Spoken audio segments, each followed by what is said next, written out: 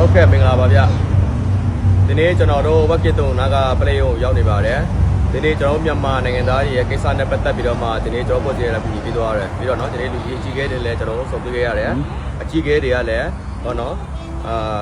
နောက်ဒီနေ့မြန်မာဒီလိုတွေမဖြစ်ဖို့အတွက်လည်းသူတို့တောင်းဝန်ယူပေးပါတယ်တဲ့เนาะတခုဖြစ်လာခဲ့ရင်လည်းသူတို့စီဆက်သွယ်လာခဲ့လို့ရတယ်ပေါ့เนาะပြီးတော့အခုရောက်လာတဲ့လူကြီးကလည်းအခုမှပြောင်းလာတဲ့လူကြီးဖြစ်တယ်ပြီးတော့ဒီလူကြီးကလည်းကျွန်တော်နဲ့တီးလာခဲ့ကြရတယ်တော့ကြာခဲ့ပြီပေါ့เนาะသူတို့လည်းတိုင်းအောင်ခဲ့တယ်အခုတော့ရှိမှဆိုလည်းဟိုကန်ခဲ့ရှိပါတယ်ဗျเนาะ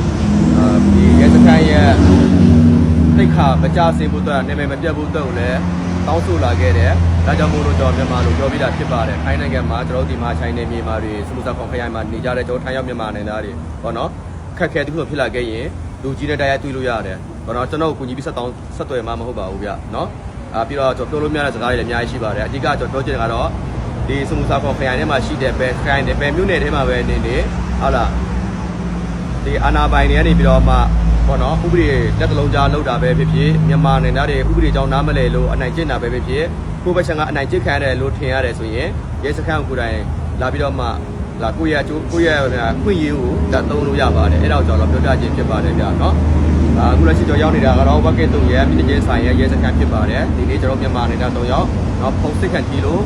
ကျွန်တော်လာကူညီပေးတာဖြစ်ပါတယ်ဒီနေ့အမှုခလုံးပြီးဆုံးသွားပါတယ်ကောင်းမှုပြီးဆုံးသွားပါတယ်ဗျာတို့စတဲ့ကပြည်လေကြောင်းဖြစ်ပါကြောင်းလာပြောပြပေးပါတယ်ကံကရှိပုံတွေတော့ကျွန်တော်မတင်တော့ပါဘူး